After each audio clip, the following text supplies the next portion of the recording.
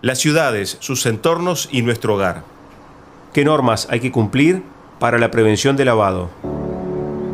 Diferentes miradas para entender la realidad y los desafíos del mercado inmobiliario más allá de los ladrillos. Cimientos, un podcast de la Cámara Inmobiliaria Uruguaya. Juego limpio. Tenemos que entender que la prevención del lavado de activos se divide básicamente en dos universos. Juan Diana, abogado, Estudio Brun Costa, especialista en regulación de prevención de lavado de activos. Un universo que es el financiero, que es el controlado y regulado por el Banco Central del Uruguay, y el sector no financiero, que es aglomera una serie de actividades y profesiones, contadores, abogados actuando en calidad en representación de clientes, casinos, y bueno, entran todos los intermediarios en inmuebles, constructoras, desarrolladores, y ahí es donde ubicamos a las inmobiliarias. Obviamente que tienen realidades distintas. La normativa internacionalmente empezó pensada para el sector financiero. Se habla mucho de transacciones, de operaciones como pensado para lo bancario principalmente, ¿no? Pero después la comunidad internacional, a través del GAFI y todos los organismos subregionales, se dio cuenta que era necesario la colaboración también del sector no financiero. Por un tema de doble control, así está pensado el sistema, o doble o triple control, una misma operación, controles distintos.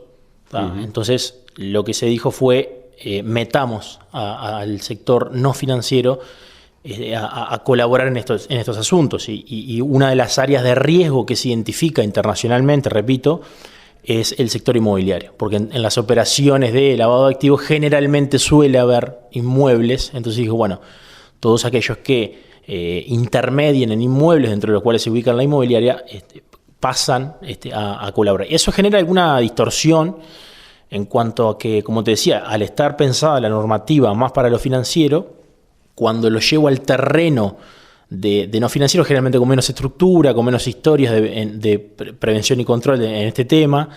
Y bueno, tengo que hacer algunas adaptaciones. Por ejemplo, se me ocurre también las asociaciones sin fines de lucro que no tienen clientes estrictamente. Claro. Bueno, y así tengo que hacer un par de adaptaciones y reinterpretaciones de lo que dice la norma para acomodarlo bien a lo que es el sector no financiero.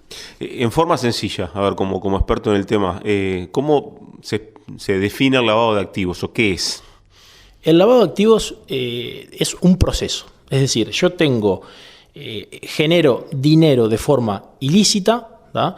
Y obviamente yo no puedo declararlo, dice, no, lo obtuve del narcotráfico, por ejemplo, para comprar un inmueble o hacer cualquier actividad. Entonces lo que tengo que es disimular su origen.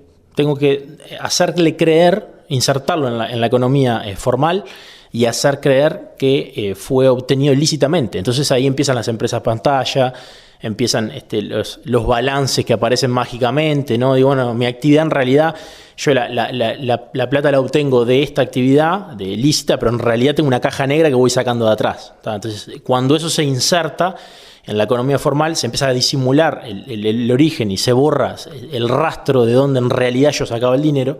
Lo que hago, estoy blanqueando, estoy lavando, ¿tá? Entonces pasa a ser de dinero negro a dinero blanco. Por eso la jerga de blanqueamiento de capitales que se usa mucho también.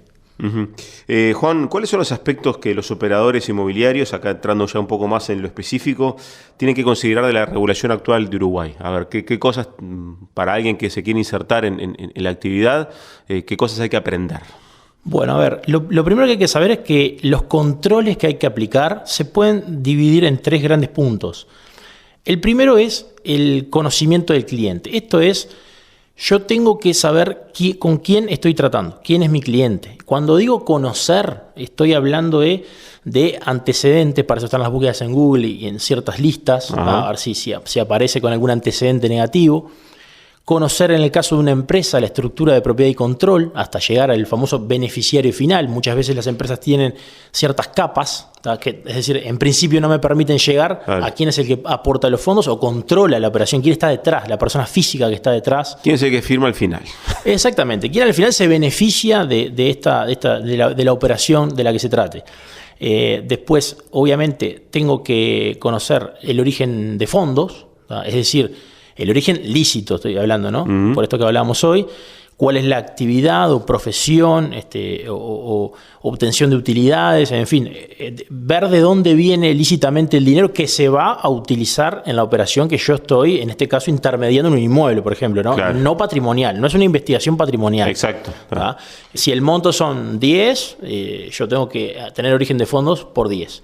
¿Tá? Y después, básicamente, el motivo de la operación. Es decir, ¿por qué estoy haciendo lo que estoy haciendo? Si yo tengo voy a comprar un inmueble en Uruguay y no tengo ningún punto de contacto con Uruguay, eso en principio me puede despertar alguna alerta. Más allá del sentido común, ¿no? En términos técnicos de lo que es el motivo de la operación en prevención de lavado, tengo que justificar por qué, racionalmente, documentarlo, escribirlo, sentarme, ordenarlo un poco, por qué se está realizando esa operación. Capaz que va a ser una inversión o tiene...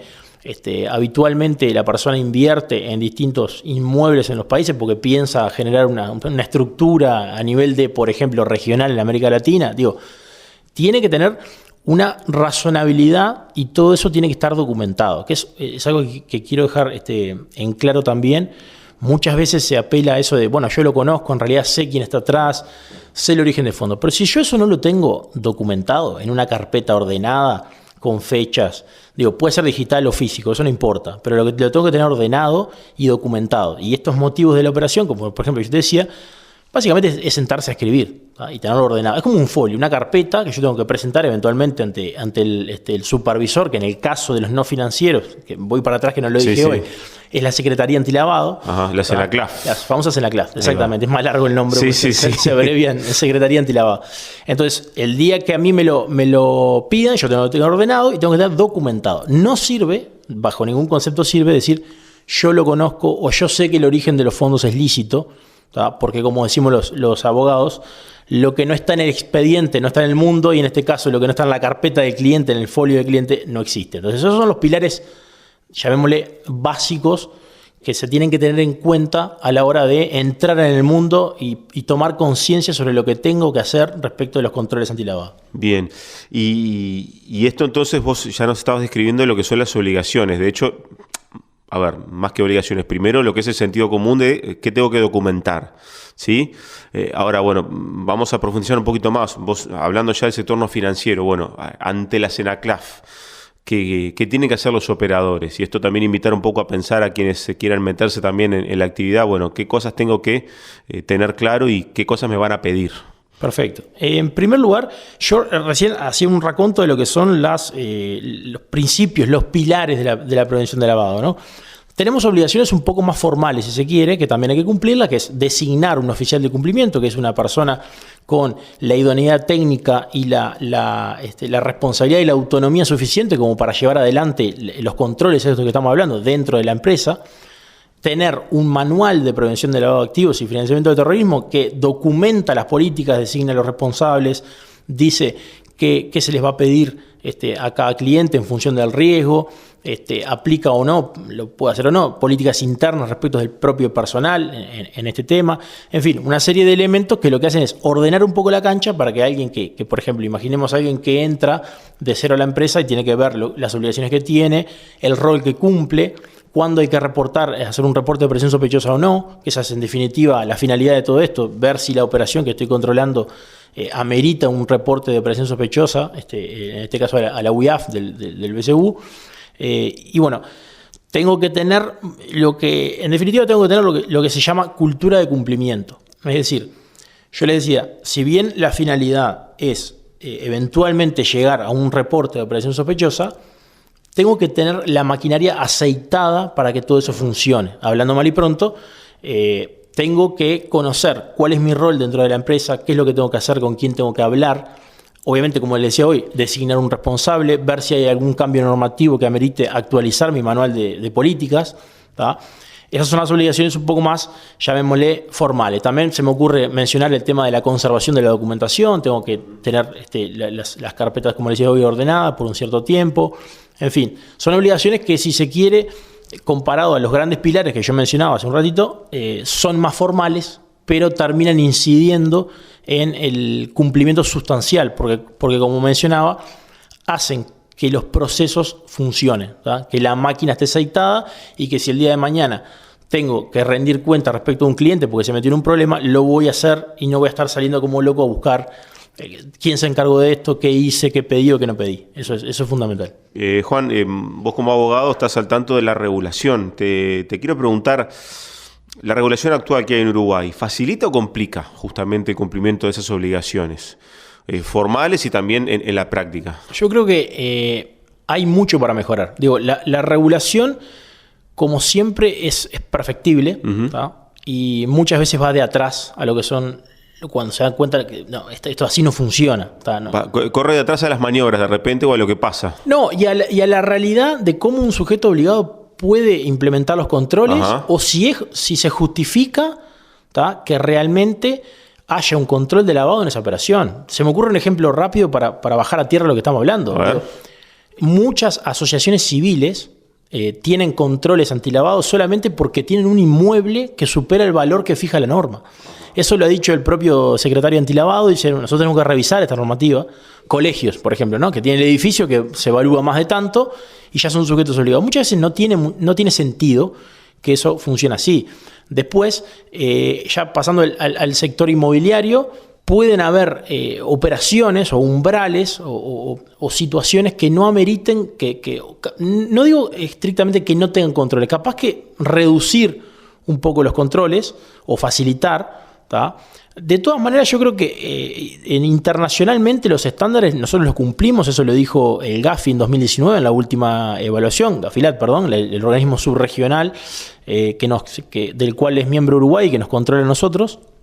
Normativamente nosotros tenemos los estándares cumplidos. El tema es, bueno, si no hay que ajustar alguna cosita para facilitarle la tarea. Eso se pretendió hacer, a mi opinión personal, no de la mejor manera. Ahora voy a explicar por qué, con la famosa LUC.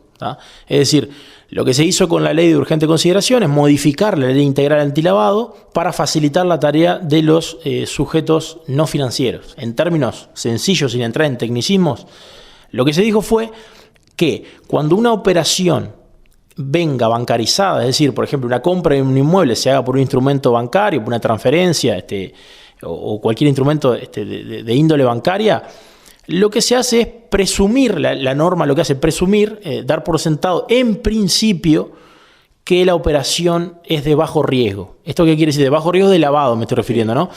Eso lo que hace es reducir los controles. Es decir, en principio yo, por ejemplo, una inmobiliaria podría aplicar controles simplificados, con pedir ciertos datos básicos. No tengo que llegar al origen de fondos y bueno, todo lo que hablamos hoy, que es un trabajo un poco más costoso, ¿no? Salvo, dice la propia norma, que en la operativa que yo estoy controlando se presenten factores de alto riesgo. Por ejemplo, personas expuestas políticamente, o que intervenga un país un domiciliado en residencia fiscal o lo que sea, que no colabora con los estándares internacionales en lavado. Ahora, ¿qué pasó? Antes, prácticamente el proyecto de ley de esa modificación era una especie de renuncia al pedido de origen de fondos de todo el sistema antilavado. No era esa la intención, pero como había quedado redactado, claro, eso fue advertido debidamente.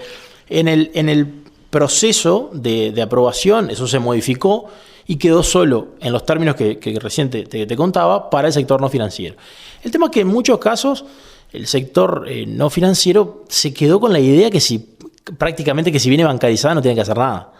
No, porque es riesgo bajo, pido 3 datos. No, salvo que, o sea, vos tenés que hacer un análisis de riesgo, tenés que ver la operación que tenés y si amerita en realidad aumentar los controles. Que en muchos casos, por los propios factores de riesgo que menciona la norma, sí tengo que subirlo. No me puedo quedar solamente en ese, llamémosle, comodín, que me da la norma. Otro ejemplo, ahora que te mencionaba las personas expuestas políticamente. ¿Qué pasa si yo tengo, por ejemplo, un diputado en una operación? Lo que me dice la normativa, continuando con lo que me preguntabas de si la regulación ayuda o dificulta. Si yo tengo por ejemplo, un diputado en una operación que estoy controlando, voy a exagerar, ¿no? Pero para que se entienda el concepto.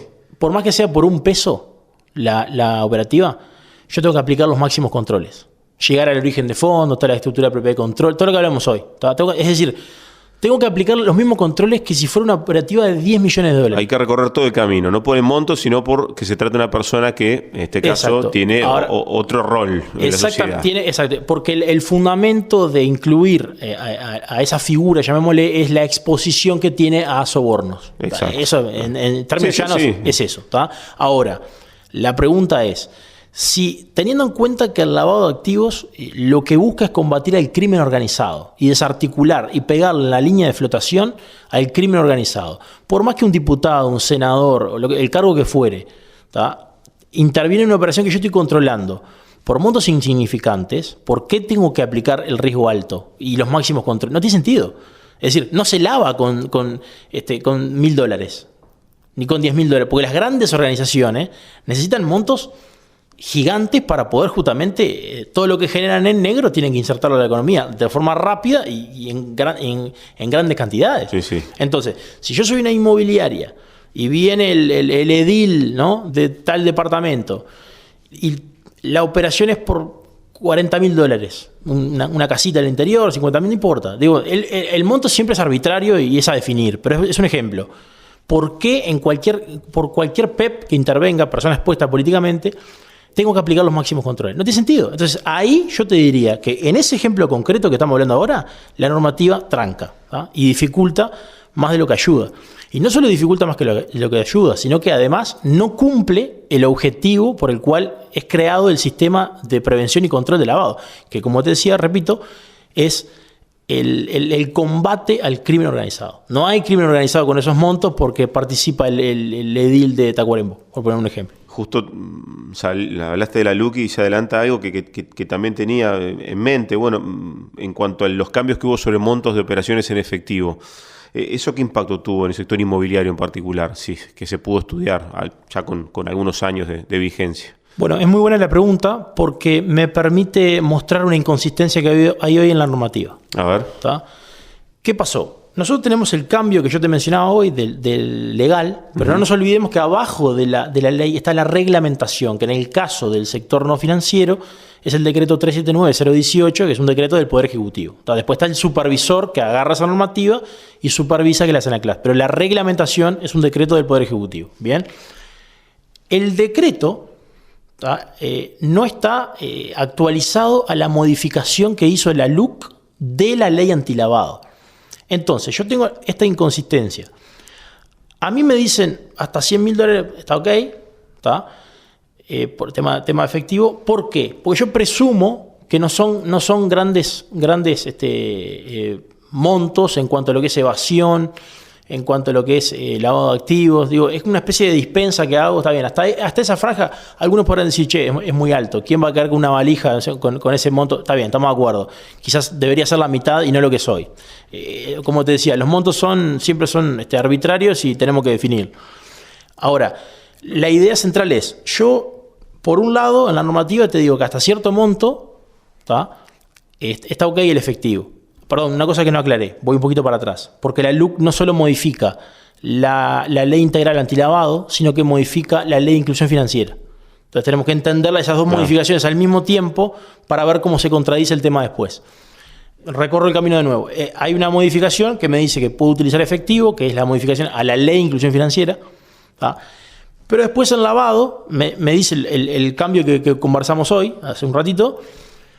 Pero el decreto que no está actualizado, la reglamentación, el decreto que no acompasó esas dos modificaciones que se hicieron con la LUC, lo que me dice es que si se utilizan elevadas cuantías de efectivo, que en el caso del sector inmobiliario es arriba de $300.000, pero después en la parte general del decreto me dice elevadas cuantías de efectivo, claro. O sea, no me dice más nada, yo siempre tengo que aplicar los máximos controles. Volvemos a lo que hablamos hoy. ¿Que son elevadas cuantías de efectivo? No lo sé. Claro, es tan ambiguo que... Exacto. Y no es armónico. Si vos me decís, no, pará, la ley de inclusión financiera me dice que hasta 100.000 en efectivo, ok. Y bueno, entonces decime que si pasan los 100.000 de efectivo, ahí alineamos. Claro. Es decir, la lógica alineamos. El monto que tiene hoy en la cabeza el sector inmobiliario son $300.000 que quedó del decreto. ¿Tá? Cualquier operación a partir de ahí se aplica riesgo alto. Eso es otra cosa que habría que ver. si realmente con los valores de hoy, con la realidad de hoy, después de $300.000, cualquier operación, independientemente del contexto y del volumen que yo maneje, tengo que aplicar los máximos controles.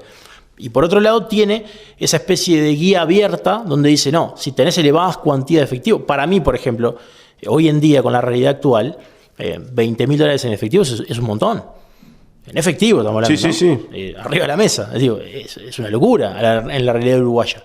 Y sin embargo, $20.000 en una operación inmobiliaria es un chiste. No tiene mucho sentido. Digo, a los efectos macro y... Sí, está claro.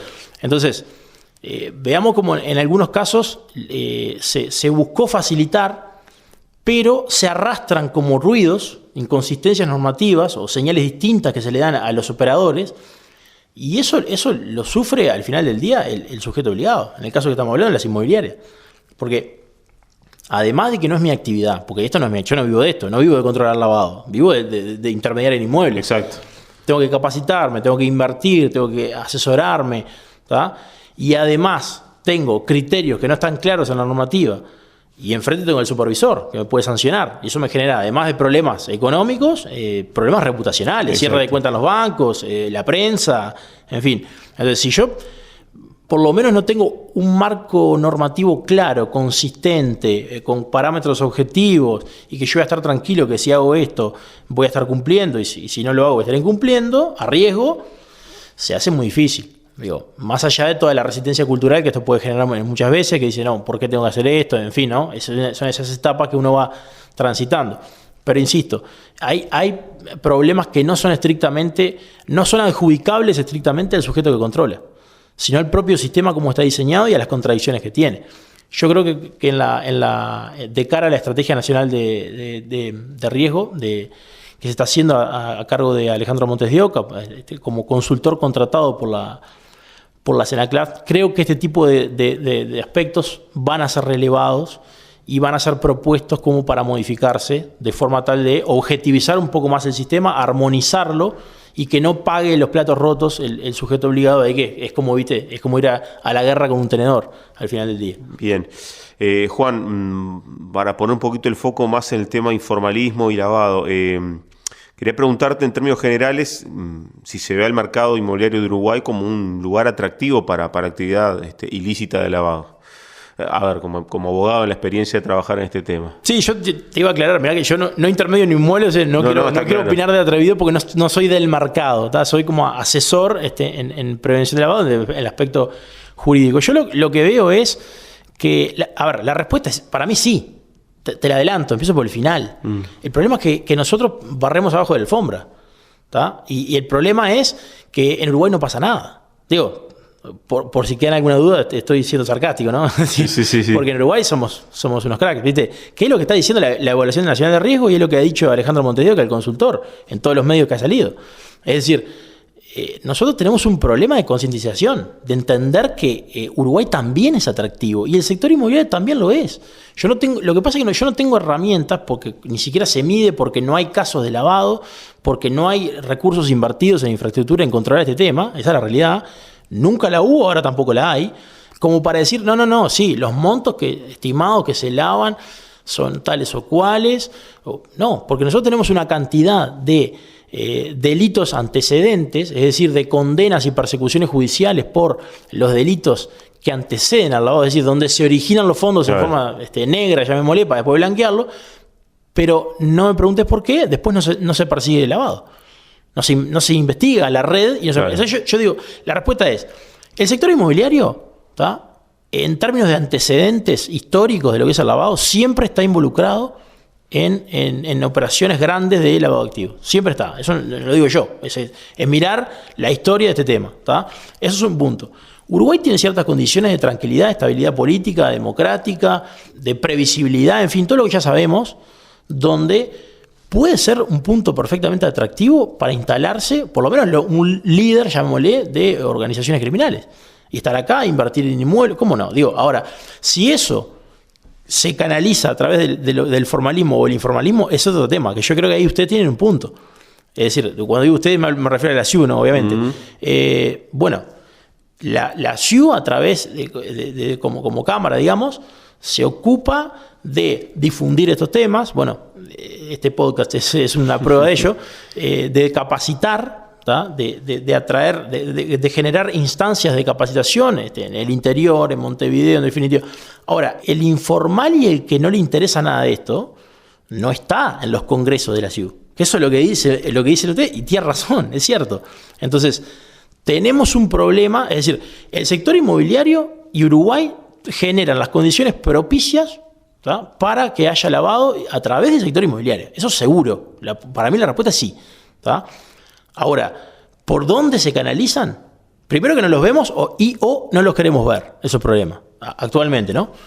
Después, si eso se canaliza a través del sector formal o informal, y bueno, lo lógico, todo indica que sería a través del canal informal, que esa es otra problemática.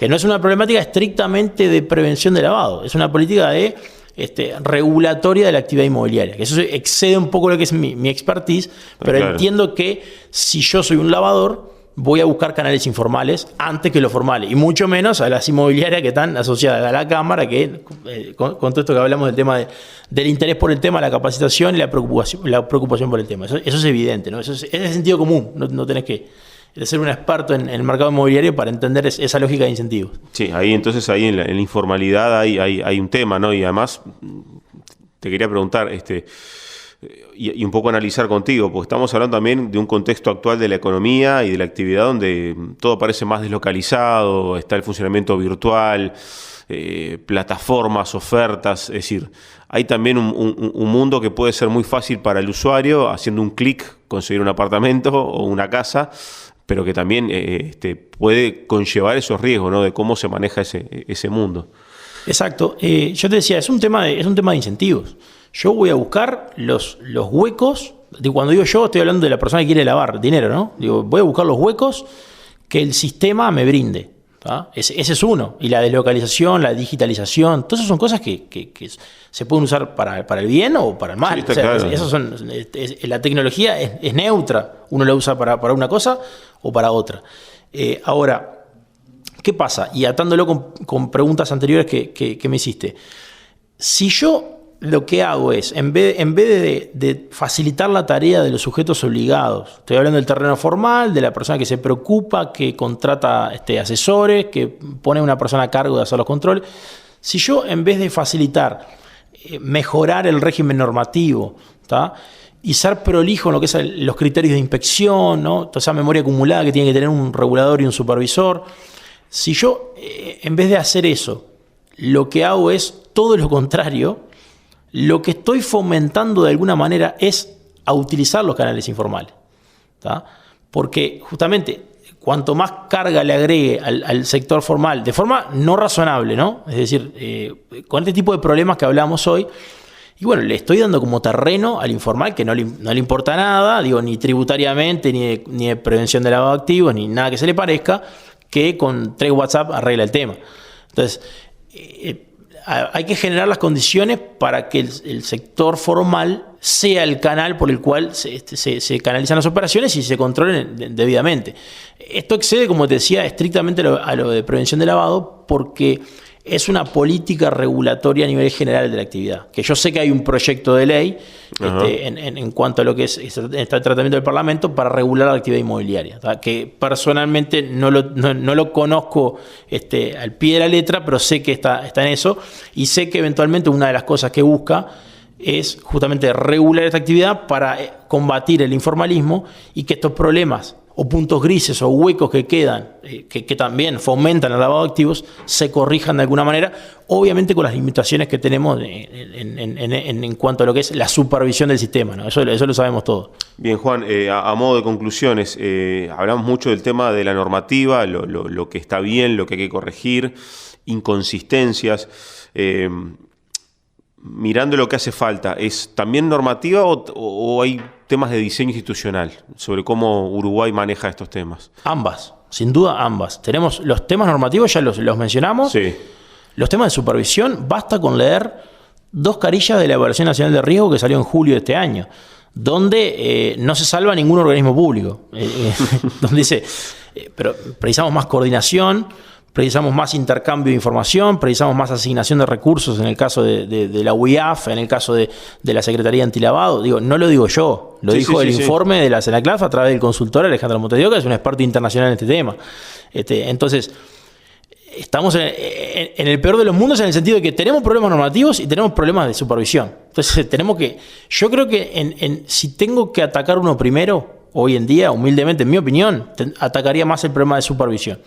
La asignación de recursos, la coordinación interinstitucional, atacaría ese problema porque lo normativo es subsanable.